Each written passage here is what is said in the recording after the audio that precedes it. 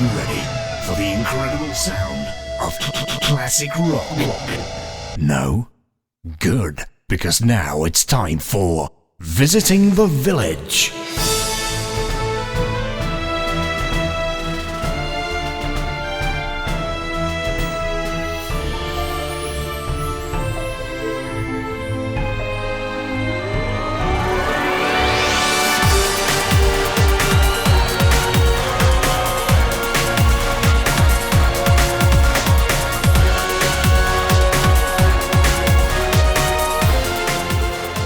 Hello and welcome to Visiting the Village. I'm Paul Kilduff-Taylor and with me is the ablated Ian Hardingham.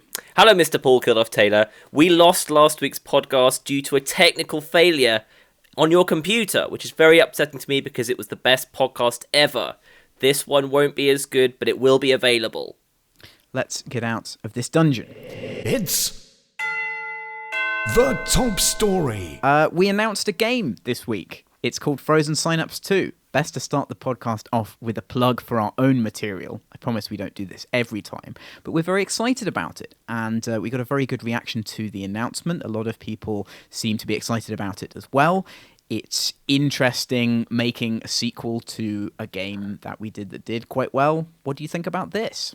Yeah, I'm also really excited. I imagine that almost everyone listening to this podcast has come across the idea of Frozen Synapse 2. It was covered in lots and lots of places. You guys who listen to this tend to follow us on Twitter, and of course we made a massive song and dance about it. Yes. I'm extremely happy and relieved that people like the look of the screenshot we've done. We're going to do a massive dump of information in about a month. But we're super happy to have it out there so we can talk about it. And I will say that both you and I think Frozen Synapse 2 is pretty amazing and quite important. Doing some really new stuff with it. Frozen Synapse has what I would say is pretty great combat. And while we're adding a lot of stuff to that in itself, we're doing something pretty great around it. And I won't give in too much details until we do the full reveal. But this game is already really, really good, and you guys should be excited. So it is weird being able to talk about something in this kind of limited way that we have now. It's hard when you're developing something initially because you really can't talk about it. You want the reveal to go well, and I think it has done this time. And a lot of that is about reserving the sort of exciting ideas that you can reveal to people. But now we can talk about its existence, but there are some quite big facets of it that we can't talk about because we have a plan as to when we're going to reveal those. But I guess we can say that you can see in the screenshot that one of the things that we have now is curved walls. And that's actually a really interesting thing for the game. It seems like a sort of ludicrously small detail, because of course a lot of games have curved walls. But in Frozen Synapse 1, the geometry was very boxy. It was about these sort of discrete areas and rooms. Whereas in Frozen Synapse 2, what we can do is make basically kind of more realistic architecture. So you can think about how a building will look, how the front of a building looks, how the corridors will look. We can do things like tunnels, which is something I want to try and do. We haven't done that yet. We can do more organic environments. You can see that there are trees and rocks and water in the screenshot as well. So that's all very new, and we've been really enjoying playing around with that for different types of gameplay and different settings for levels. Yeah, I'm also happy to announce that we do have some new units in this game. And I'm willing to say one of those is, my favourite one so far is the smoke grenade unit. So I'll just throw that out. Exclusive information for you podcast listeners.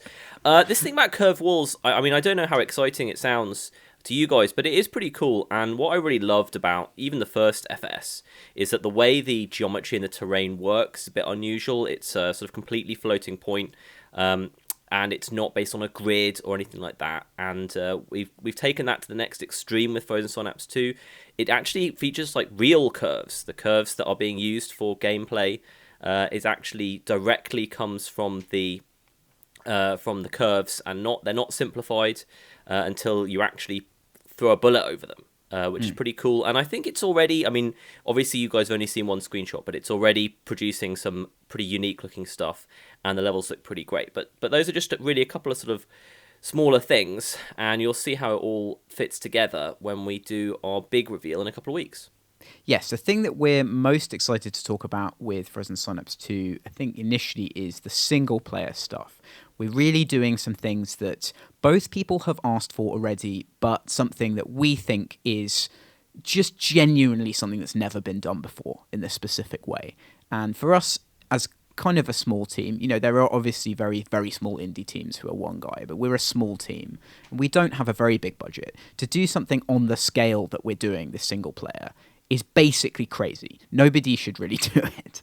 And that's why it's so exciting. So I'm not going to say anything else about that. I'm just going to be enigmatic about it. But I really hope you like the reveal of that when that comes pretty soon. We're going to get together with some journalists. We're going to talk about that. And you will get fuller details on that very soon. Yeah, and there's a lot of multiplayer stuff coming as well, a lot of which is really directly benefiting from the single player stuff as well.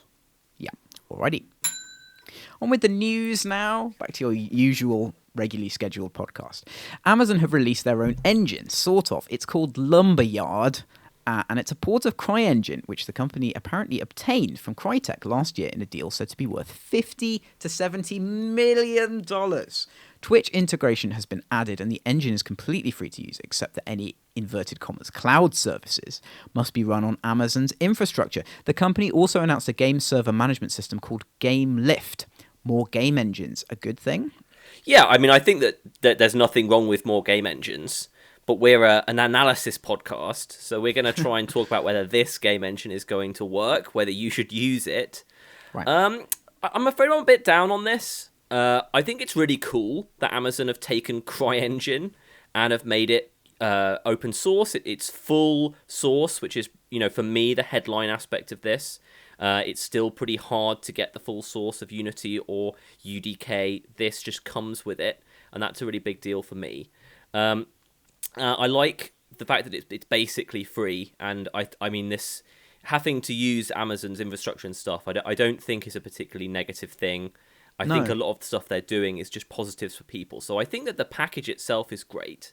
But, they've got to put in so much work to stay up to date and compete with Unity and UDK, and I just don't think that they're going to be doing that enough.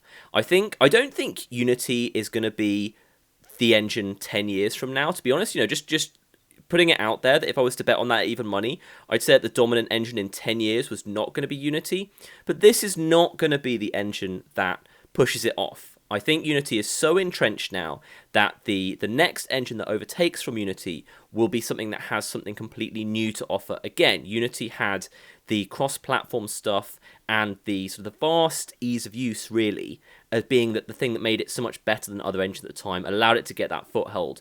And anything that's going to beat Unity is going to have something that big, again, that's different. Yeah, I think I'm with you on this, actually. Just all the way through, what you said. Like, this is an attractive prospect now. If I'm a new developer and I'm sort of shopping around for engines, maybe I'm someone getting into development and I'm a pretty serious programmer already, I really know what I'm doing, I would definitely think about this, because CryEngine had and has a lot of very cool features, and getting it in this state, where basically the only monetization is what you'd already pay for, AWS, and the fact, if you really want to build in your own back-end stuff, they allow you to do that. That's a great deal. Like, that's really, really good. So right now, this is the first one of these new engines that's come out that I think offers a genuine choice against Unity. I mean, UDK's been around for a while, but of sort of new entrants into the market, this is a strong entrant. But I also really agree with you. Amazon do things in a speculative way, and they don't have any businesses like this which are based on chasing a sort of user base and technology curve. They really don't have that. I don't think they really do that. I mean, I guess their server stuff perhaps it could be one of those things, but it's not very easy to analogize from that to this. So I think you're right. I don't think they're going to keep up in terms of the updates, especially as the way they get revenue from this looks to be quite weighted firmly towards the customer. Yeah, the dedication you have to have as a company to compete even medium term in this area is like absolutely massive. Yeah, I totally agree. This is a really fun thing. If I was a hobbyist, I'd jump right over this. But if this is my business and I'm deciding which engine to use next, I would advise not to use an engine that had just been released. I need to see a company's continued support. I need to see how it evolves over time. I need to see how many bugs it has. I would never recommend that a company used Lumberyard until at least a year, if not two, into its life, when we've seen some other products come out with it, using it. CryEngine is a decent stock to come from, and all of that stuff. So purely sort of boring professional, I definitely would recommend that you used one of the more established engines. But in terms of hobbyist or just something exciting, I think jumping into this and seeing what I can do is pretty great. I bet we get one really interesting indie game that uses this, that uses something unique about this engine, something to do with the full source, some other aspect, and does something really interesting with it. Again, though, for me, we're talking about Unity as being the massive leader. We've never ever seen an engine that's as dominant in everything other than AAA as Unity is, and the story is always going to be what's an actual challenger to Unity. And I'm going to have to see some pretty surprising things out of Amazon in the next 6 months to think that Lumberyard is even interested in playing in that space. The reason I laughed there is that you said literally to the word what I was going to say next. Okay. Which is, we're going to have some crazy person is going to make an amazing game with this engine, and that's going to bring other people to it. Just as Spelunky brought people to Game Maker, I think that could happen with this. I think this could have its own space very readily just because of how attractive it is right now. But yeah, that's going to be for the really out there pioneers. It's going to be for people who are really willing to sort of put a lot of work in. And also, new engines not being that road tested. I mean, I guess it has the robustness of CryEngine behind it, but they have a lot of new features and stuff which won't have been road tested. So that's for your real seat of the pants people who really want to get in there. And I agree with you. I don't think sensibly you can say, this is likely to be a good competitor to Unity. But Amazon, if you're listening, that's a good challenge to you. And other developers should be saying this as well. If you really want to be in this market, start the updates, start chasing Unity, because you have a shot at doing it. It's a real shot. But I agree with you. I just don't think that's going to happen. Yeah, show me how many people you have working on this every single day, and I'll take you more seriously. So it's just a bit of a weird message from us, I feel, because I really like this. This is really, really cool. It's just not something I would recommend you use if indie games are how you get food on your table. Yeah, hopefully they will meet the challenge. They have done surprising things in the past, Amazon. They've gone in some weird new directions that have worked for them. So if they get the attitude right, if they have the right people, if they've hired in the right people who know about this stuff and they trust them, it could work. So we're not down on this. We just have your best interests at heart, listeners. We're looking after you. Blizzard have big changes planned for Hearthstone competitive play. Later this year, a new standard deck will be introduced. PC Gamer asked some top players earlier this week what they thought. Ian Hardingham, should standard be the new standard? Yeah, we're talking about this because this is an example of Hearthstone moving straight in the same direction as Magic did a long time ago. I still think that Magic is such a great prototypical example of how a massively successful card game works, and it's never surprising when Hearthstone does something that makes it in line in some area with Magic. This is just the next one of those. What Magic does basically every 2 years is that it rotates around the cards that are valid, that are legal for the standard format, which is what people are playing sort of at that particular time. So the thing is that they don't have to worry about balancing every single card they've ever made for the mainstream people playing standard, playing their game, and they can have a sort of a much more dynamic, quickly changing metagame, which is really exciting. The whole thing makes sense. I'm absolutely not surprised they're doing it. I'm glad they're doing it. But I think the really interesting aspect of this is how close to Magic is Hearthstone going to get? I think one of the things that interests me about this is how in Magic you say they rotate the stuff in standard relatively frequently. Yeah, so I believe it's the last 2 years, or it's possible it's just changed to be the last year, but I think it's the last 2 years of releases are always legal in standard. It's something like that.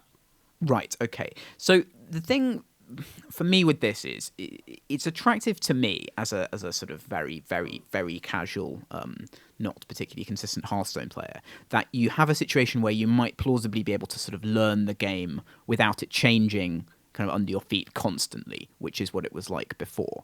So if you stop this kind of constant undermining of the metagame by like exciting new stuff being introduced, that's attractive to me as a player. And it seems like the pro Hearthstone players that PC Gamer interviewed in this article generally agree as well.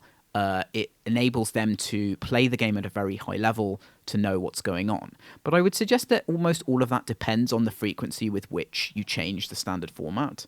I know it allows you to prevent some bad imbalances happening, but I want to be clear. About. In Magic, they release a new set every 3 months. And every 3 months, basically, they rotate out the oldest set, and the new one comes in.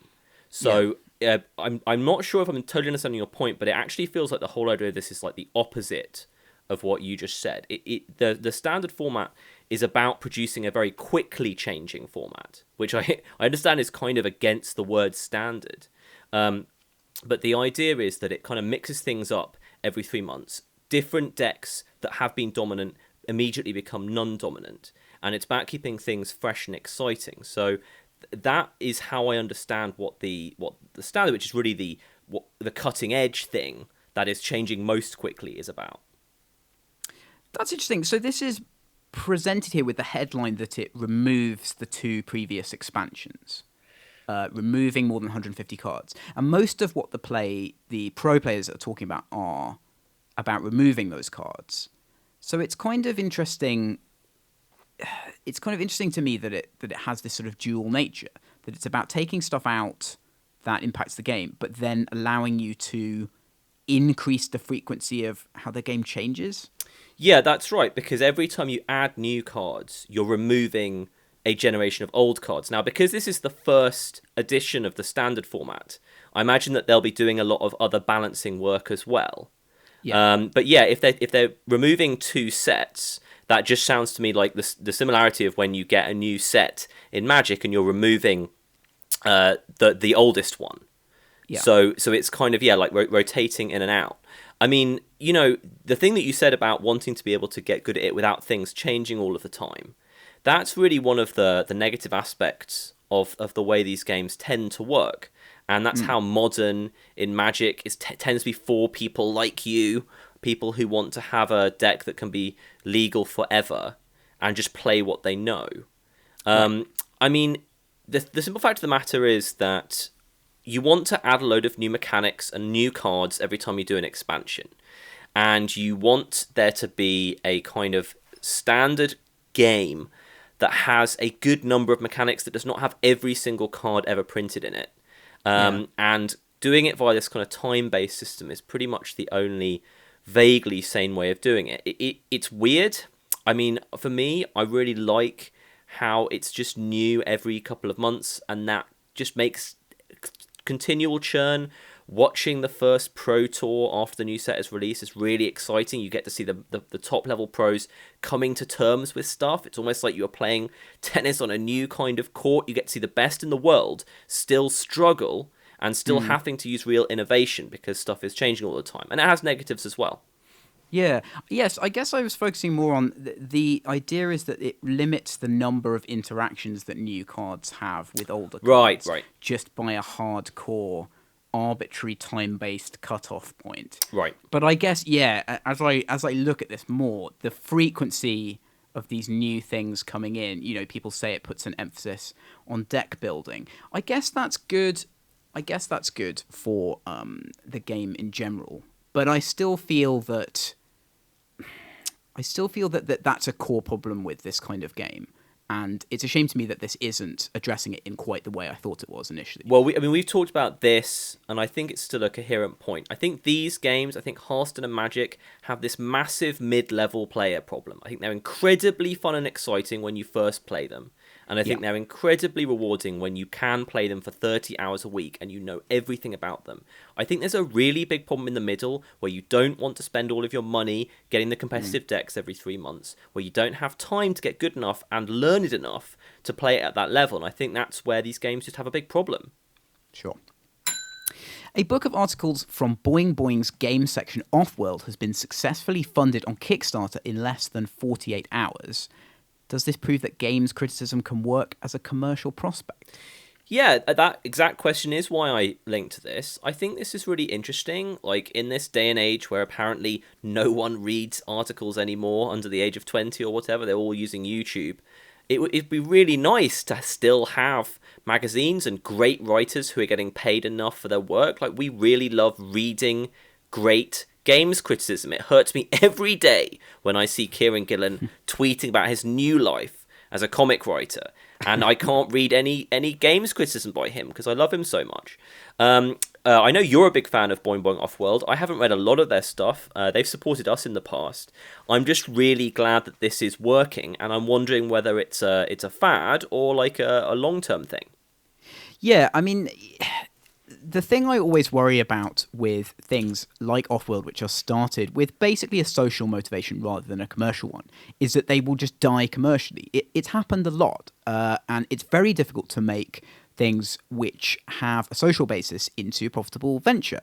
And yet, this seems to have succeeded extremely well.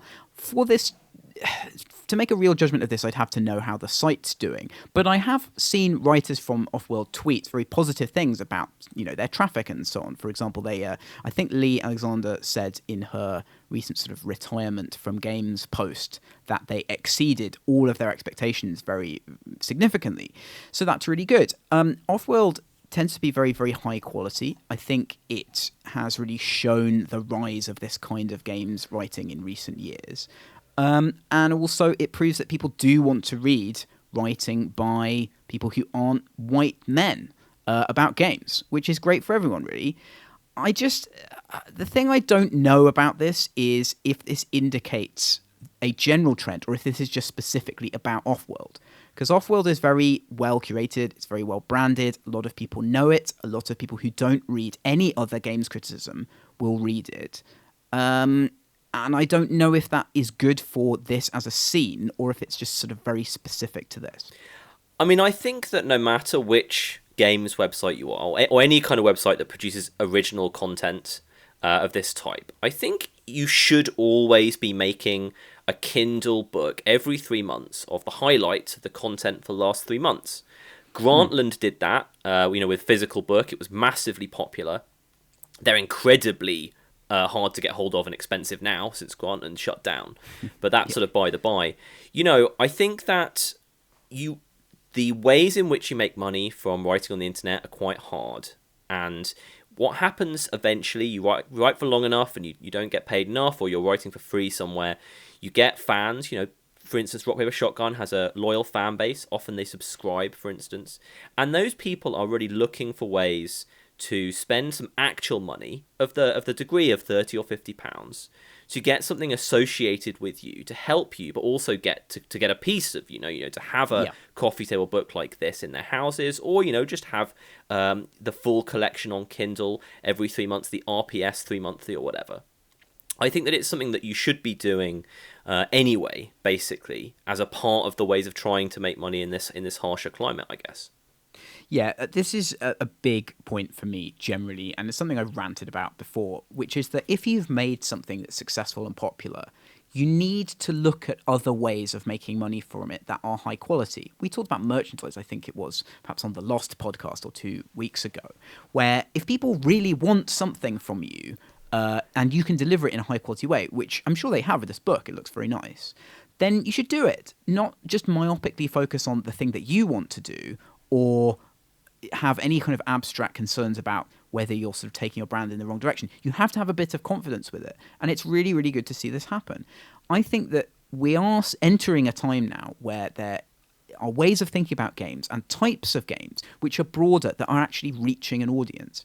And so this is a new and exciting thing that people want to be involved with. And you can make money out of that. It doesn't have to be cynical. This is very uncynical. They've talked about how at specific Kickstarter levels, they're going to give even more money to the writers who are featured in the book. So they're going to scale up the compensation for writers. Again, that's very socially motivated. Yeah, now I want to jump in because that's actually something that I really wanted to talk about from a different perspective. These are their stretch goals. If they reach $40,000, each writer receives $50 more per feature. Now, I'm really antagonized by most stretch goals, but this is great. This is like exactly how stretch goals should be done. This makes sense. If we get more money, the people working with us get more money. Not, we're going to promise you some idiotic RPG based on our life that will kill us to make and will end up being terrible. Yes. Well, that's good. If we do a Kickstarter, I'd like to have a stretch goal where I get more money. So would I. Really well. Paul gets a holiday. This is really good. Compensation for writers is something that's been talked about a lot, and Offworld have tried to compensate their writers well. Again, like everything I've said by them just makes me massively concerned that they'd be a commercial failure, but they don't seem to be. Yeah, and finally, a lot of people like the idea of a website, but don't want to comb through to find the best stuff. Like, sell best ofs. A lot of people like the idea of supporting your place, but what would like a condensed thing because they don't have enough time to read all of it. So just make that available because it's what people want. Richard Garriott's new early access game, Shroud of the Avatar, is selling virtual real estate. The properties range from $10 for an outhouse all the way up to $12,000 for a castle. Ian Hardingham, are macro transactions going to be this year's big deal? I don't know about this year. I think it's slower burning than that, but they are a big deal. First, can I say that I'd forgotten that Shroud of the Avatar existed? Me too. And yet I come to this article, a very interesting article that we're going to talk about in depth, to find that it could well be the second highest earning crowdfunded game behind Star Citizen. They reckon that they've got like $8 million so far. So this is not a game to be forgot about. No. So this is pretty interesting. I mean, I'm getting kind of a lot of my feelings about these kind of transactions in massively multiplayer games are moving along. Nowadays, if I think about playing a game like Shadow of the Avatar, an MMO, I really like the idea that a lot of people in the game have spent real money to buy things in the game. Yeah. I really like the idea that I'm playing with a bunch of super invested people who... And if I'm a gamer who's playing a lot and I'm not spending money, I'm actually just playing and grinding. I love the idea that I am playing amongst these guys who are throwing money around. I'm not spending any money. I'm causing them problems. That makes the world work better for me. So, in directly competitive games, I think microtransactions are a lot more dubious. But when it comes to it costing a lot of money to buy a weird house in a popular MMO, I've got basically no problem with it. Yeah, no, this is really true. I think what we're seeing is that people really want to spend this money to own something unique. Digital stuff is now viewed as really, really important and personally significant and emotional and all of the different other things that you invest money in. So people want to invest money in it, and you're right, it creates an atmosphere which is really cool. I mean, if you're in EVE and you see one of these incredibly expensive ships fly past you, then that's really cool. You can interact with it. I'm sure if you go to someone's town, if they own a metropolis and it's all owned by one person, that must be amazingly evocative.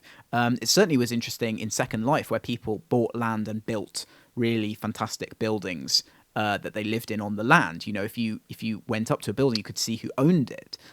And that was really powerful. So it creates a great experience for other players as well. And I really find, there's nothing immoral about it. We've talked about this a lot. The companies need to be responsible for the people who are spending a lot of money and look after them properly. And if they do that, then you can charge almost anything you want for stuff. Yeah, and the great aspect of this being an MMO, which is touched upon in this article, is that traditionally you used to have to pay a subscription for these MMOs. You had to spend at least £100 a year to play it. And now you don't. And a lot of other people are spending a lot of money on big airships. And they're paying your subscription fee, basically. So this, there are lots of places that I do have a problem with microtransactions, but this MO stuff really isn't that. I mean, I think MOs are the most exciting as this insane social experiment anyway. And social experiments without money, tend to be limited in how much insanity you get. So I want to see more of this. And I actually have to say, we won't go into this too deeply, but they're trying to work out how the property market is going to work.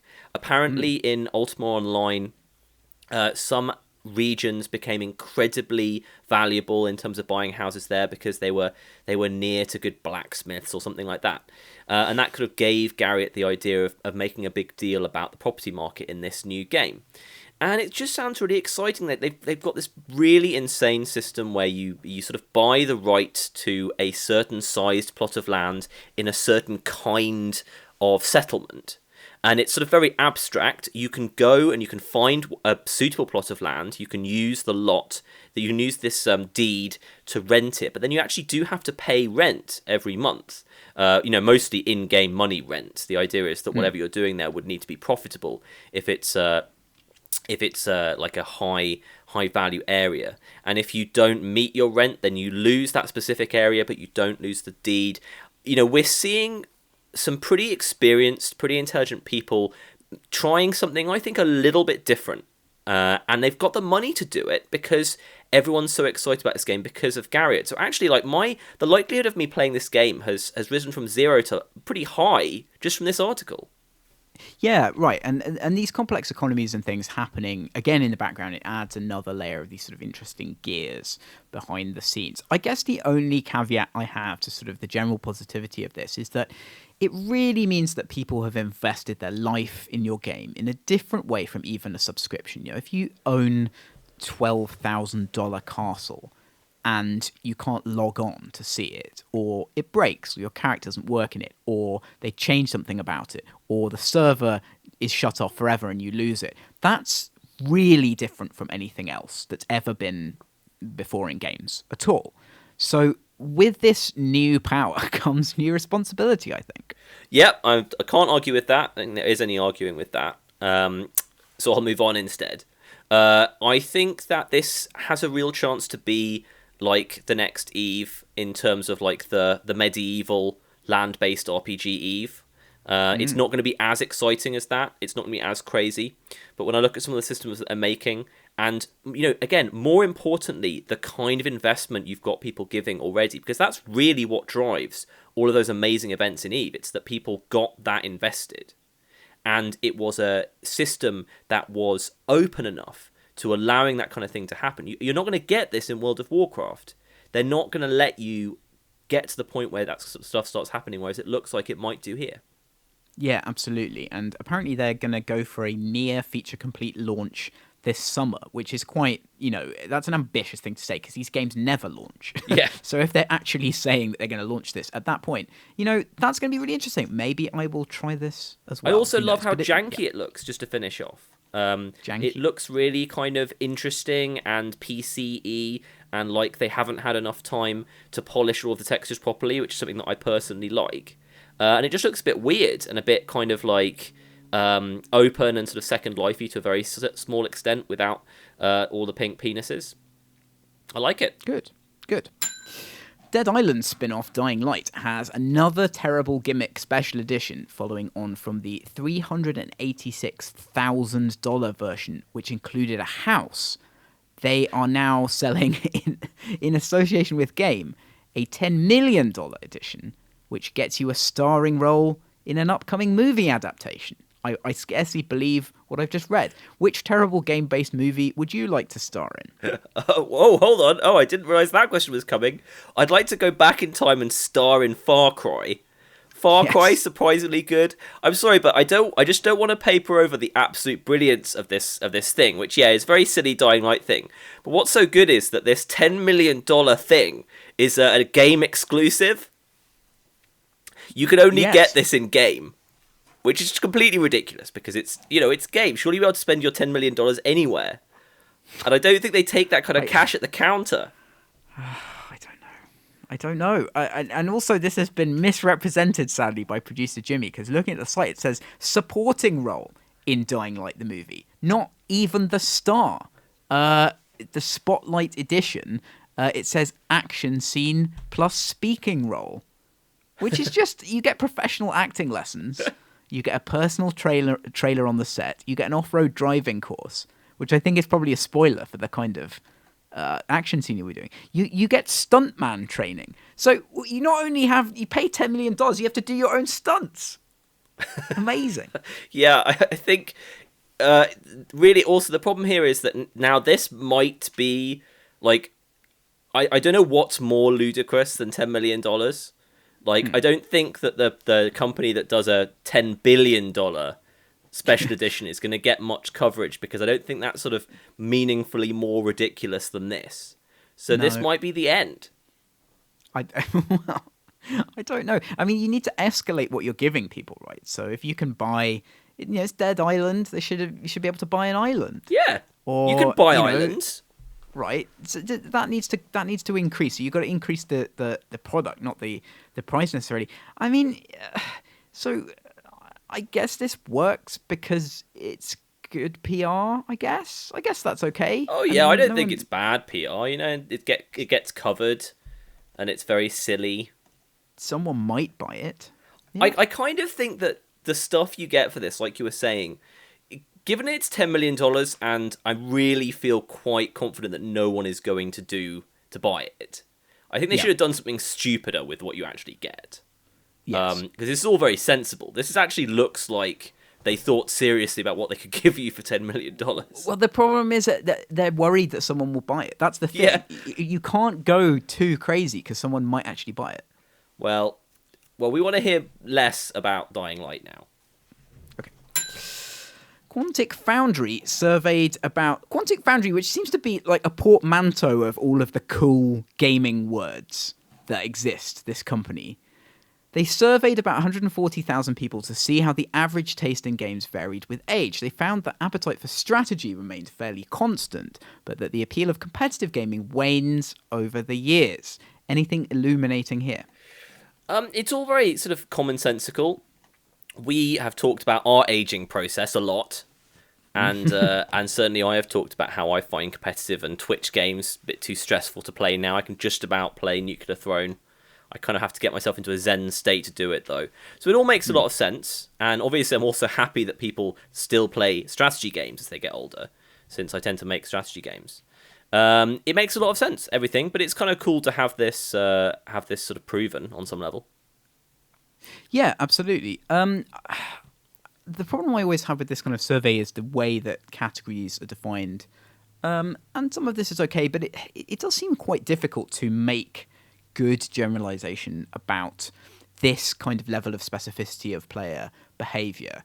I think knowing exactly the composition of your audience, especially if you're making something like a strategy game, is quite difficult, because strategy games do have this quite broad appeal, but also they never seem to hit the same like instant critical mass as, say, something like Undertale or Five Nights at Freddy's, or something that's very gameplay light, that's very sort of instant. A strategy game can never have that appeal.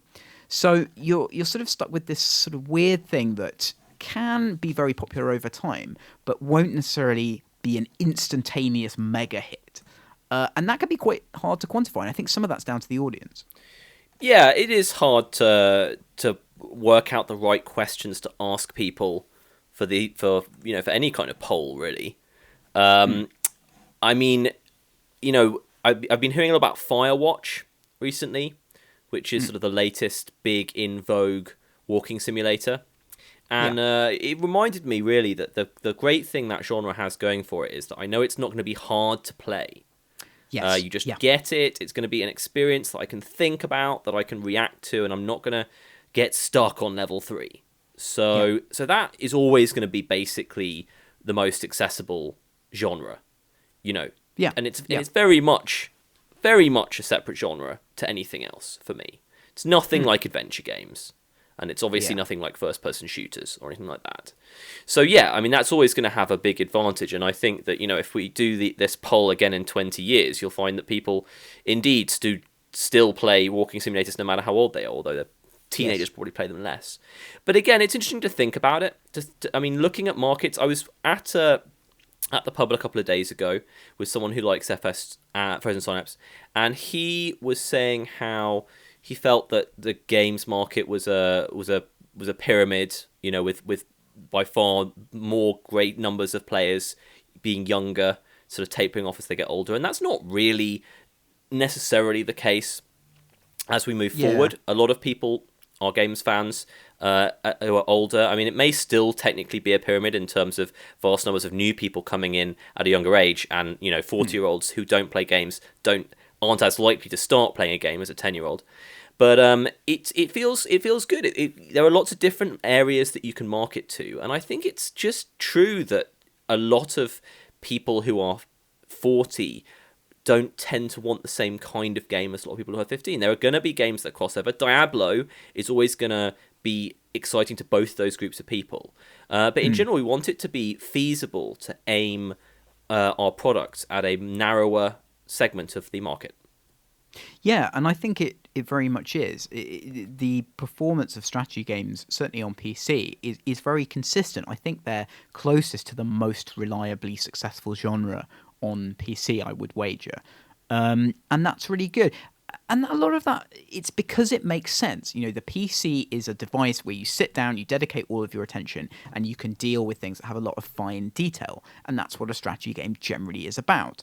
So it's nice when something just makes intuitive sense. I think we've seen some gaming stuff that kind of doesn't, in terms of you don't really know why something's as popular as it seems to be. I certainly have that experience with quite a few games, but with PC that makes so much sense to me.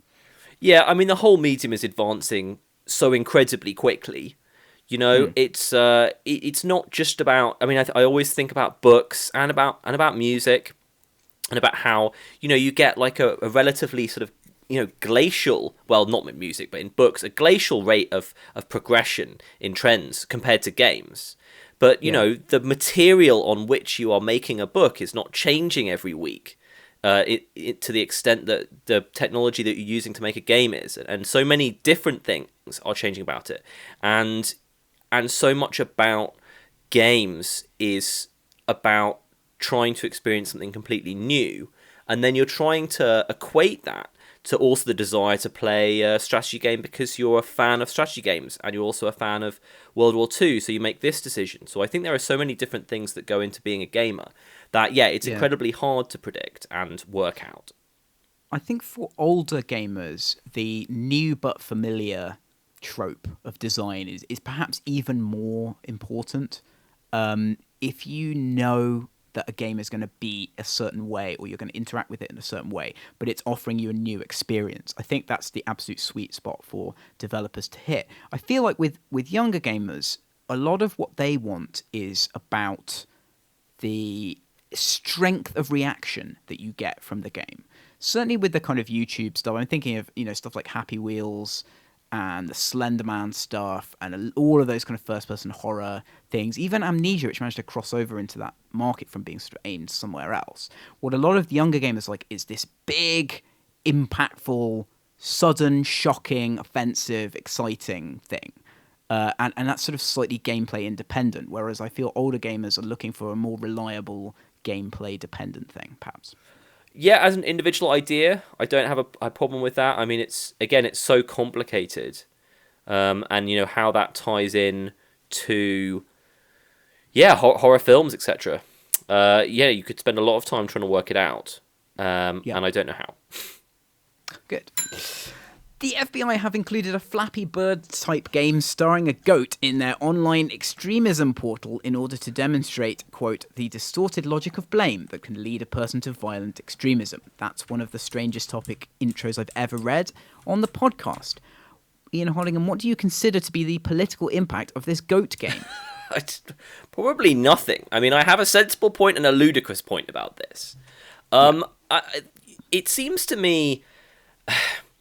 I don't know how often an educational piece of, in inverted commas, entertainment from the government, does its job with people who are actually ever likely to cross over. This is supposed to be for, for young people who might eventually make the decision to be an extremist, to take part in terrorist activity.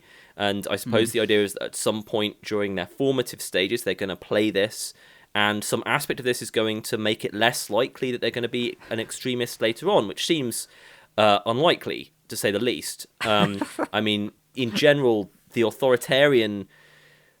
people in authority, they don't tend to make particularly good entertainment, and the entertainment they do does not tend to be accessing the right kind of people. So it's pretty crazy, I have to say, this whole thing. A lot of this kind of thing comes about because people have a budget and they feel obligated to do a certain set of things. And games have been, for a while, one of the things that people feel obligated to do because they are the thing that connects with a young audience. But of course, in doing so, they misunderstand why that is. And they kind of think that, any game will have this effect. A bit like when there was a big trend for sort of making mobile games and apps. So the idea was, if we have an app, then all of this magical stuff will happen because people like apps. It's kind of using too big of a category, I guess, is how I would cast a problem. Because obviously this GOAT game is completely absurd, and I would be very astonished to hear of any actual successful outcome from the GOAT game. However, as I'm about to travel to the States, I would like to say both how much I like the FBI and the TSA, and if they want to do this, I'm sure they know what they're doing, because they are both fabulous organizations that I respect with great deal of gravitas. I'm extremely glad that you made the disclaimer, and I agree with it wholeheartedly. Yeah, I don't know what else to say about this apart from we should probably move on. I mean, I think it would be nice.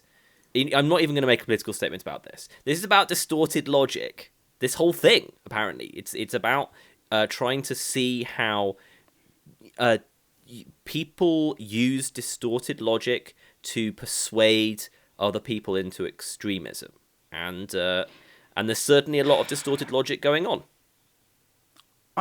Just to wrap this up, I've been reading a history of the FBI, and one of the things that really characterizes the FBI is this huge fear over sort of sedition within the country. The idea that the elements are within the country working to undermine it, and to a certain degree, genuine paranoia about that. And obviously, if you're a state, you have to be paranoid about those things. Those things are bad. But it's interesting to see. It used to be communism and Nazism, the two things they sort of focused on enormously, and now it's new forms of extremism, religious extremism, which I think is different. So this kind of effort to try and basically reach, I guess, kids is something that's going to be new for these organizations, and they don't know how to do it.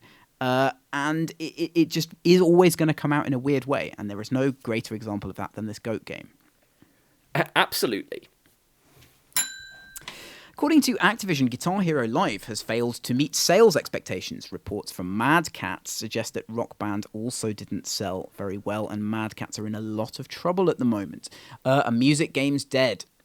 Oh, I think maybe, actually. It was kind of slightly surprising to me that Rock Band 4 and Guitar Hero Live, that both those franchises came back at the same time, about sort of 5 or something years after they'd stopped doing yearly updates. And nothing is going to make it less likely they come back than this kind of performance. I think, they're coming out and saying it publicly. It's probably not, bottom 5 percentile in terms of expectations bad, but it definitely sounds quite bad. And I just think the answer to that question is yes. I'm surprised. Guitar Hero Live did have this really new thing with the audience that we talked about before that's quite cool. I'm a little bit surprised that didn't work. I wonder what it is about this stuff that is a perennial thing that's good, and what about it is a fad, because it was so popular for such a long time. About 6 or 7 years of these products were sold, which is longer than your Teenage Mutant Ninja Turtles or your insert actually relevant modern fad toy here that I don't know about because I'm 32 years old. It seems like there's something quantifiably different about this, and I wonder what that is. Well, I mean, I can tell you. Well, we can discuss them on these terms. So here's a hypothesis that you can disagree or agree with. I would say it's perfectly possible that all of the people who did like these games have actually just kind of did it for a while, a couple of years, liked it, and actually done with it. I think that does sometimes happen. And then you've got to combine that with, for some reason, this stuff being less attractive to younger people. Those two things combined would result in this kind of performance. And that makes some sort of high level sense to me. I definitely was excited about this for a few minutes. My friends were excited about it for a while. They liked showing it off when they had parties. It really felt...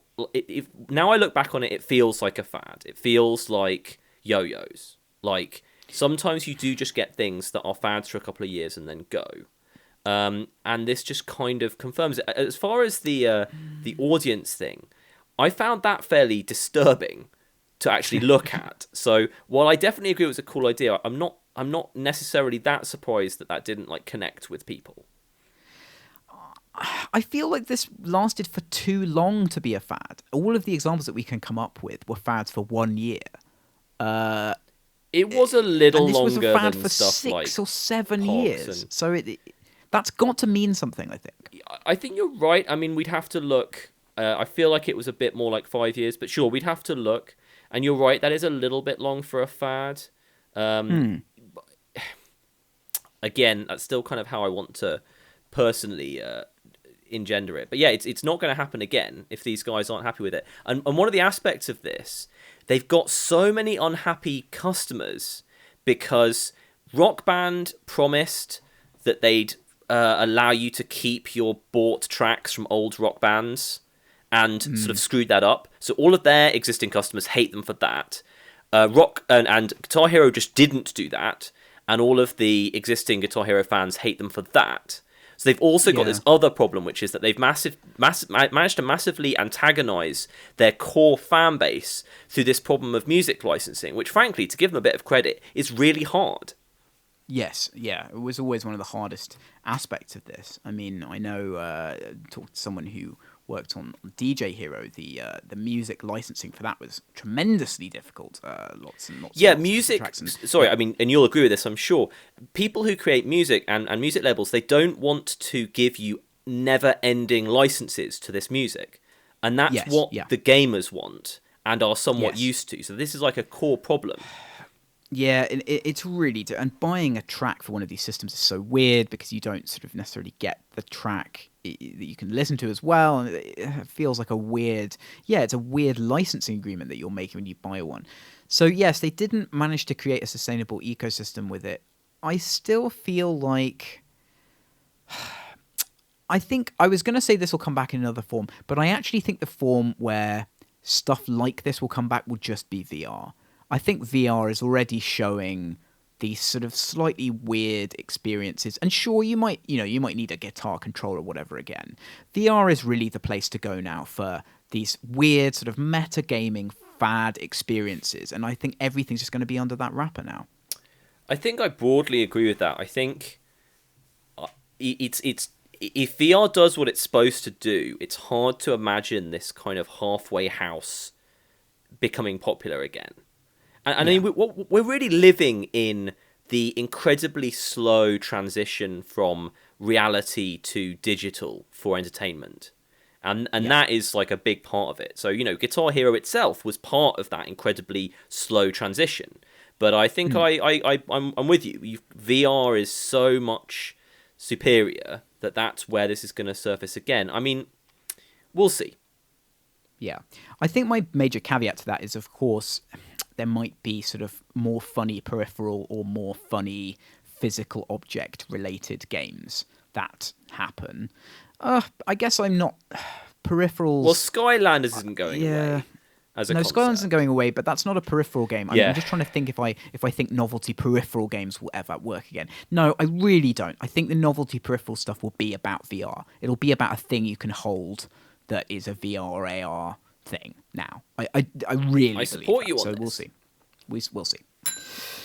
And finally, an unknown individual or group has managed to hack the control system of a particularly prevalent piece of malware and replaced its updates with an antivirus program, meaning that the malware cleans itself when it tries to get new instructions. Is this a great idea, or is this just showing off? This is both. This is such a nice story. What a happy story to end on. What a nice thing to happen. Nice one, white hat hackers. We haven't had a good story about hacking for a long time. This is great. Can you fix the economy next, please? I really like this idea that it's like the box that turns itself off. That mechanical thing where... Is that a pin to play? No, it's a real thing. It's a box that has a switch on it, and you throw the switch, and then a hand comes out of the box and turns the switch off. Awesome. It's called I think it's called the world's most futile machine or something. So some person had the original design of that. This is the digital version of that. It's a virus that cleans itself, and that's amazing. I feel like there's some really interesting stuff that happens in security that doesn't really get talked about. I mean, I read a lot of security blogs because I find this stuff really fascinating. Yeah, I think I've told you about this before. Like, I love this kind of thing. I love the weird stuff that people do. Like, there's a good blog called Krebs on security. This guy Brian Krebs, and he basically reports a lot on ATM skimming and people where they just go and install like a whole keypad over the top of an ATM that stores everyone's details, and then they turn up a week later and take it away, and they've got all the card details, stuff like that. I just find that absolutely insane and fascinating that people go to these lengths. So it's funny when it comes from the white hat side that they go to an extreme length to come up with this sort of Byzantine logic of how you do this. I think it's really good. We should have more vigilante white hat hacking. Like Absolutely. Just because I like reading about it. Right, back in time now to the games that were released in 2006. Thanks to Eurogamer and producer Jimmy for compiling these. Now, I suggest that this is a bumper crop of these games. The sparsity of previous weeks have gone, and we're left with quite a few things. A bumper crop numerically, not qualitatively, as we begin with Chicken Little on the Actually, Xbox, PS2, you said that, but this PC, actually is a GBA. pretty incredible week, as we'll get to. There are some all-time classics in here. Okay, well, let's not get ahead of ourselves though, because it's EA Sports Rugby 06 on the Xbox, PS2, and PC next. Jacked on the Xbox, PS2, and PC. This is the section where you just listen to Paul and I. Don't just search for Jacked. That doesn't end well. No, that's do bad. Jacked game. Yep. Yeah. Abort. Jacked Again, game, this is the PC. section where you listen to us accidentally look at certain kinds of porn when we're trying to find about a biking game. Yeah, this looks like a really terrible bike racing game. It really does. Really bad. Yes, there's a Spanish comment on this video, and the only words I recognise are shit game and cancer. I'm glad you know the Spanish for shit game, cancer. Well, he's put those in English, I see. Okay. perhaps for emphasis. So we'll move on from that. Psychonauts on the PS2, Xbox, and PC. Now, I forget how early Psychonauts came out, because it came out just around the time we sort of got seriously started with Mode 7, really. 2006. Well, I don't know how to respond to that. I was pretty serious about Mode 7 in 2003, but okay. I guess that's true. I had it on the PC relatively early, and I played it, and there was this bark from one of the characters about how I was moving slow as molasses, and that was all I remembered about it. But I have tried to play it again, and I'm sort of... There are a couple of these games, these plot-rich 3D platformers. I'm also thinking about that Michael Ansel one, about the girl that goes and photographs things. Not Pokemon Snap. Anyway, there's this particular genre. They're very, very popular, obviously. There aren't very many of them, but these two are classic examples. And they're not really my cup of tea, actually. Yes. But never mind. Now, yeah, when we played this, it had really sort of overly enthusiastic reviews, which it was like getting 80s-ish reviews, but like really enthusiastic, and everyone loved the story. And I remember playing it with you, and we were just like, the platforming was so boring. It just had some of the most crushingly dull, jumpy platform things ever. And we really struggled to get anywhere with it, because we were trying to make a serious effort to play it. And obviously people have enormous amounts of nostalgia for it, as we've seen, and Psychonauts 2 and all of that. But I just didn't get it. I didn't find it as funny as the older games. Yeah, this I really didn't kind find of, the gameplay to good. me, sort of almost this is a step on the genetic path to walking simulators, because these games they don't work for me particularly when they're like trying to be a proper game in genre X, but it's also really all about just the sensation of playing and the plot and the talking and stuff. And I'm kind of thinking about, funnily enough, Oddworld a little here, and also that 2D side-scrolling Unravel thing that everyone's talking about. Yes. And I watch videos of these things, and I'm like, well, this is kind of the 2D gameplay in that game is so obviously this weird vector for you getting the story, and there's something nice about walking simulators in that they kind of took out the need to even have any jumping puzzles really, and just had you moving through a space, and that works better for me. I can't believe we didn't have Yarny on the main tranche of the podcast. Yarny, the character from Unraveled, causing great controversy. Maybe I'll slip in something about that later. Okay. On. Full auto on the Xbox 360, which just is like, I don't know what that is. It sounds like the most generic racing game name. It could be a gun game, but it's probably a racing game. Yeah, ATV Off-Road Fury 3. Now, these games I think are legendarily bad. I think they appear on worst games lists ever. Oh no, this one isn't bad. Maybe I've got it confused with something else. I'm sorry, ATV Off-Road Fury 3. I much maligned you there. This seems to be, in fact, a hidden classic. I couldn't be more wrong based on the review scores. Wow, I'm wrong.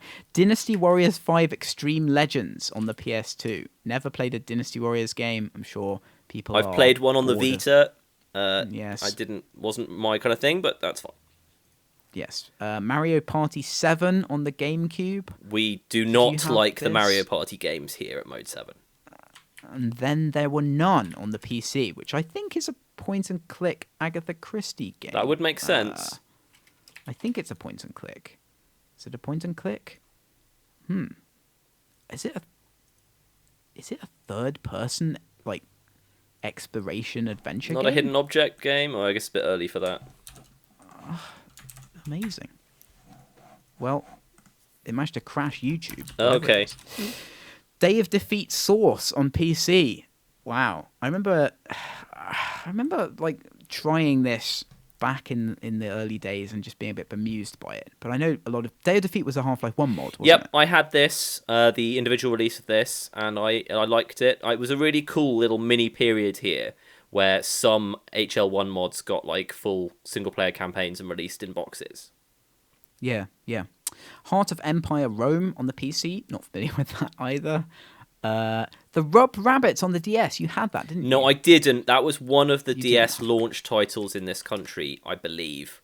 And it wasn't ideal. But I knew someone who had that. It was the weird game with these like weird dancing people and you had to rub them. I had the next two. Nanostray. What's Nanostray? It's a 2D shoot 'em up, unless I'm mixing up my nanos. 3.5 on Metacritic. Yep, I had this. It wasn't particularly good, but it was alright. However, the next game, Mario and Luigi Partners in Time, is a very good game. I had this. Almost finished this, I think. This was... this is obviously a long-running series now. Mario and Luigi games are great. Totally Spies on the GBA, which is a French-Canadian cartoon series, don't you know? ATV Off-Road Fury Blazing Trails. I'm not going to ever talk about an ATV Off-Road Fury don't be rude about this again. one. No, I won't. Breath of Fire 3 on the PSP, more RPG stuff. This one is sort of meant to be quite good. Death Junior on the PSP. Don't really know what that is. I think we should make producer Jimmy have the Metacritic scores every week. So we can laugh at them instead of you having to Google them every time. I think adding to the workload compiling this section is probably a bad idea. Rengoku, the Tower of Purgatory, wins name of the week. This did not get a good Metacritic score.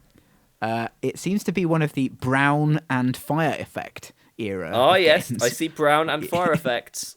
That was a very defined era of games where they were the only two visual things you were allowed to have. Yes, the PlayStation 1 era, although this isn't the PlayStation 1 era, unfortunately. Oh, it's PSP games.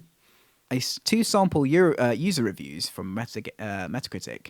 Boring zzz, and this is by far one of the worst games I have ever played, ever. And I played Final Fantasy X2. Tales of Eternia on the PSP, which I believe is a game that some people like, not many. That was a weird week. A lot of RPGs, and as you rightly say, some classics. So now we catapult ourselves into the future. I was going to say to games that we do know about, but we often don't know about these either. So let's look at the top 10 UK Steam games. Number 10, it's Counter-Strike Global Offensive at 75% off. At number 9, it's H1Z1 at 25% off. Tom Clancy's Rainbow Six Siege is at number 8, 25% off. Number 7 is Firewatch. Good result for Firewatch there as an indie game. Number 7 in the top 10 is very respectable, 10% off. Ark Survival Evolved at number 6, 33% off. Number 5 is Fallout 4, 33% off. Number 4 is XCOM 2. I have it downloaded. I still haven't played it. Everyone else in the world, apart from you, is playing it, so it's very good. The Witcher 3 Wild Hunt, 50% off at number 3. Back into the high echelons for that one during this sale. Counter-Strike Complete, 75% off. Grand Theft Auto 5 at 33% off. Wow, this is the most mainstream, boring top 10, apart from Firewatch, that we've had since we started this feature, and I think that's the sale has caused that. Yep. Always interesting to see what people buy most of the time, and the answer is usually Grand Theft Auto. Yes, it is. That's the end of that. Now, there's something I want to talk about in the television and film lounge area, but just before we do, I want to talk about the Yarny thing with you. So, I don't know if you saw this, but Unraveled has this protagonist called Yarny, who's a little man made of yarn. And one of the editors of Killscreen, which is a very well-respected games critical blog, wrote an article basically about how he wanted Yarny to, quote, fuck off. And the whole thing is just a huge rant about Yarny, about the fact the guy isn't going to play the game because he finds Yarny so offensive, about the fact that games are trying to currently work on a lot of unearned emotion and tweeness, and that he's basically fed up with it. Emotion as an end in itself is not a good aim, I believe it said. And this caused people to get very upset. They said that this kind of thing shouldn't be on Killscreen, respectable blog. The comments thread was an absolute disaster area with people saying, this is the worst review of the game I've ever read, despite the fact it's not a review. The guy had to sort of mildly hide. He didn't comment on it on social media. The response to this was so negative. And I actually sort of mildly supported it, because I think it's kind of games journalism of yore. You know, if something makes you angry, you can really go for it. Yeah, he's allowed to have that post. And I have to say that just on this personal topic, I probably more mildly agree to a certain extent when I'm really antagonized by the videos of this game. Like this, it's so much more about the modeling of this character. And in this 2D environment, there's something that really turns me off specifically. And it's fine, that's just me. I don't think no one should be able to play it. But I think this guy should be allowed to talk about it on Killscreen if he likes. I mean, I think that's a fun post. It's, you know, you've got to be able to have strong opinion posts. And right. I guess I shouldn't be surprised, but slightly surprised that set everyone off. I don't know if there was some racial undertone or gender discrimination undertone in his article. This time, no. It was about sort of the way that games should be criticised, and I found that quite shocking about how sort of defensive and conservative a lot of people were being about the way that you can express an opinion about games. It's so weird to see how games journalism's come through that cycle of being very sort of corporately controlled and then very rebellious and opinionated. And now we seem to have gone back to the point where it's sort of social pressure that makes this kind of writing unacceptable. I mean, I agree that the article is unreasonable and it doesn't justify a lot of its claims, and I think it oversteps the mark and it makes bad generalizations. But it's a rant. Like, it's supposed to be a rant. It clearly is one. I thought it was quite funny, and I feel that attacking the author for writing in this style is actually quite a dangerous and bad precedent. Yeah, ranting is not so easy to do now with the way things work. No. But yeah, just before we move on, I have something to talk about as well, which I emailed you about. I'm just going to say to everyone listening to this, you've got to track down Kieran Gillen's article about his new comic, which is Pokemon based in a Mad Max style future. And everything about it's pretty amazing, including the insight into Gillen's own process.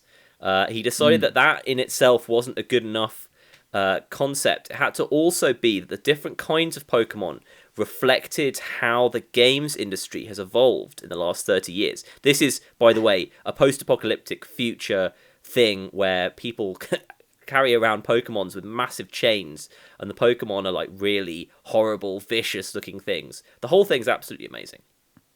That sounds fantastic. Yes, I did get a chance to look at that briefly, but I need to go back and read that more thoroughly because it is fantastic. And it's interesting to see some games influence coming back into Gillen's writing. We've mentioned him too many times, I feel, this this week. We don't want to add to his already capacious ego. Let's go to the television and film lounge area where I've been watching a show that we used to watch occasionally to sort of mildly boggle at, which was Californication, the David Duchovny sort of early-ish 2000s vehicle. Now, I watched the first series of this. It's very, if you haven't seen it, it's basically about, imagine a superhero structure where David Duchovny's superhero power is being irresistibly attractive to all women, whether or not that makes any sense. And imagine that that's sort of then couched in this sort of really massively crude, slightly sitcom framework. And then imagine it's not a superhero thing at all, and that's just the setup. That's what it's like. There's 7 seasons of this. Oh my god. I had no idea it was that many. I know. So season 2, it takes a massive downturn. It becomes very emo. And then they bring back in the bald guy from Sex and the City and his wife, who are the best characters. And he is just the most sexually hapless man who's ever existed. He gets into every kind of sexual trouble that's possible to get into as the kind of comedy foil. And this continues well into series 3, where it gets more and more and more ridiculous. And I have to say that I'm enjoying this. It is a bad show. By series 3, it's not a good show. The writing is quite broad and it's just stupid. But there's something about how amazingly offensive and light it is that appeals to me. I did really enjoy Californication when I first watched it, which was like a long time ago and before I was married, certainly. I do find it a bit sophomoric nowadays. I don't think it's actually as bad as Nip Tuck, which is like just a great example of a show that sort of really tries to make itself feel dark and mature, and it's like really completely immature. Yeah, I kind of I can't really watch Californication anymore. I watched one of the series, and it had the guy from American Beauty and from the OC on, who I love. Yes, but I still kind of couldn't get on with it. Having said that, I love David Duchovny, and I'm glad about anything that he's in. Yes, the eyebrows guy is in season 3 as not, unfortunately, a far too over the top comic character for his. He's also a bad guy as well, isn't he? In season 3, he is. Yeah, which doesn't fit him, I don't think. No, I mean he's a bad guy in American Beauty to some extent. You need to allow. He's already kind of an over the top actor, so you shouldn't put him in an over the top role, which they've done here. Yeah, I agree with you, and it's kind of interesting seeing a comedy like this, which is sort of very. Sophomoric is the word, and you probably couldn't make it now. Some of the content is definitely, even just from that time, sort of 2004-ish, it's way too offensive in terms of the way it handles certain subject matter now, and that's kind of weird to see just how far morality has gone. But I can't recommend it. It's not good, but sometimes watching something that isn't good is nice. That's the end of that. Now it's time for your listener questions, and a few sort of sparse questions this week. Mia Drakovicevic asks, will we have Steam emotes for Frozen Synapse 2?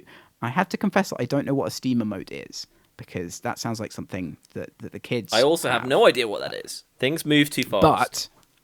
But I think we should, because anything you don't know what it is good to add as a feature to your game. Ben Powell asks, what do we think about naming games? This is not a sparse, light question. Naming games is one of the most difficult facets of making a game, I think, because there's so many different competing concerns. It's essentially an intuitive creative process. You can't analytically come up with a good name. If you try and do that, you get Game of War, which I guess is a good name for them. So maybe you can do it. Maybe you can only do it on mobile and you end up with a stupid name. But most people can't do it analytically. So you have to, obviously the title of a work should be something that is evocative of that work, that represents it well, that plays into the entire scheme of what you're doing. So you want that aspect of it in terms of any creative work. And then you have to think about things like, is it easy to say?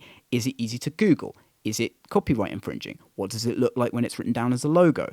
Basically all of those things. And I feel like it's just something that everyone gets right and wrong at different times. Yeah, I agree with all that. It's really tough. Obviously, we had a bit of a problematic naming of Frozen End Zone. Did not end up being the best name in the whole world. Frozen Synapse 2 is pretty easy. We just sequel Frozen Synapse. We like Frozen Synapse. I think it's incredibly hard. You asked me last week why I thought The Witness was a great game name, and I wasn't able to give you any kind of coherent answer, but I do. I just think it's really tough. Yeah, I feel like a lot of people making games don't really think about things in the same terms as other creative people. I mean, I know some musicians have real problems with track names, and that's not anything that I've ever experienced. But then I do write words as well occasionally, so perhaps that's easier for me to think of something verbal that expresses what I'm trying to do in a track. But yeah, especially game designers, I don't think they think verbally in the same way as other people necessarily. That's a very broad category, but you know what I mean? Like, I don't think those things readily come to be summarized by word that often. Yeah, I don't know how... I mean... Yeah, well, Frozen Synapse is a good name. I don't know about... You know, it's tough to know how much of a name is... A popular work, the name just takes on all of the feelings and associated with the work, so it becomes very hard to analyze a name after something's become popular. For instance, certainly in terms of why it's a popular name. Well, yeah, and it may even not be a popular name. If you know, it may just be that you have a okay name for a very popular game, and it sort of makes that name more popular, that kind of thing. Yeah, I do think it's really hard, but I love a good name. I do love a good name. I just don't know how to make it. love a good name. There was a trend a while ago for like silly names, like Reckless Disregard for Gravity. I made a game with zombies in it, which is my personal favorite of those stupid names. And Cliff Harris got very into this trend when he named Gratuitous Space Battles, and sort of wouldn't necessarily do that now. So there are kind of trends in how things are named. There's certainly trends in band names. If you look at all these bands that have like a load of consonants as their name, and stuff like Churches and Foals and these single word names, whereas in sort of the early 2000s there were a lot of the plurals band names, like the Strokes and the White Stripes and the whatever. So that's weird. I think there's certainly a timing based cultural thing about how things are named as well. Yeah, and also the most appropriate name you kind of won't necessarily know until you've almost finished the game, because a lot of the, you know, especially with a strategy game, a lot of the feeling of a game will not quite come together in a way that you can see until near the end, and that's one of the most appropriate things for the name to be reflective do legendarily, the code name for Frozen Synapse before we came up with that name was Psych Off. Which was like pertaining to the idea that this was two Russian Tsars locked in mental battle. Just a bit of random trivia there. That was and also I posted on Twitter recently the Notepad page where I came up with Frozen Synapse, which was just a load of like bad cyberpunk and wintry names. Right. And I really like Frozen because of the idea, you know, we were trying to make a cyberpunk game and there's a lot of ice and wintry frozen imagery in cyberpunk, but also the time, the pausing idea was really important to me. And similarly, you know, Neuromancer, you have the brain idea. So I did think a lot around those kind of things. And Frozen Synapse came out, it's a nicely shaped word, and it looks exotic enough to be a cyberpunk thing with the sort of Z in the word frozen and so on. So that was a thing where I went through loads and loads and loads of different names. It took me about 2 months of writing things in notebooks, and then that shaped really nicely. But I've done that process at different times, and it hasn't worked, where you get sort of overly interested in one particular configuration, and then you look at it again later and it's just some really awkward, cliched or bad thing. So it's a weird creative process in its own right. One thing I recommend with game names is not to try and take everything into account. You can't have a name that does everything. That's what I tried to do with Frozen End Zone, was to take into account the fact that we wanted to have the word frozen in it, we wanted it to suggest the sports thing, we wanted it to sound futuristic, we wanted it to sound, all of these things, and it ended up being a name that some people didn't like, although some people say we shouldn't have changed it, which is just shows you how subjective these things are. Enough about names. Jason Imms asks, I have a question. Paul, why are you still making Star Wars Day jokes? Will it end? Are you okay? And the answer to this question is, now when I email someone that I've never talked to before, I will often receive a "may the date be with you" joke back at the end of the email. So all I want to say about this is that no matter how much other people hate it, I receive more of these jokes than you do. You should definitely not stop doing it. Like, well, I've heard now, some idea, some concept that it might one day end. I definitely don't think it should end. This is like being in a hit sitcom and quitting after 2 seasons. You've nailed something here. You challenge people every single morning with this idiocy, and it came from something authentic as well. It came from a genuine hatred and menace you found from this idiotic "May the 4th be with you" thing, which I somewhat agree with. You should never stop doing it. Well, now, the problem is that every time, everyone wants a piece of this, right? Like, everyone's got an opinion about what I should do. People keep saying, oh, you shouldn't do it on May the 4th, or you should do something on May the 4th. You should stop. You shouldn't stop. And basically everyone, this is not your place. This is a thing that I've made, and you need to back off, okay? You need to back off out of my space and just let this happen. Don't try and control the world. Nothing good comes I'm not of that. trying to control you. I'm just giving you my opinion. This is bigger than me. It's bigger than you. It's bigger than all of us. And what it wants to happen will happen. The work is the most important thing. Okay. To Shrike asks, how will the ways in which FS2 punishes me differ from the ways in which FS1 kicked my ass? Well, now, I don't know what we can say about this without revealing too much detail. As Ian said, we're going to have some new unit types, which are definitely going to change up the gameplay. And we're going to have some things about the units might be a bit more detailed this time, I guess you could say.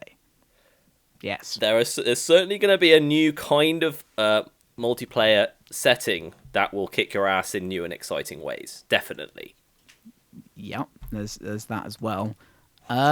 Also, you're going to have to use some different types of parts of your brain in this game. I don't think you're going to be limited to just your immediate tactical reactions in Frozen Synapse 2. So there you are, suitably enigmatic.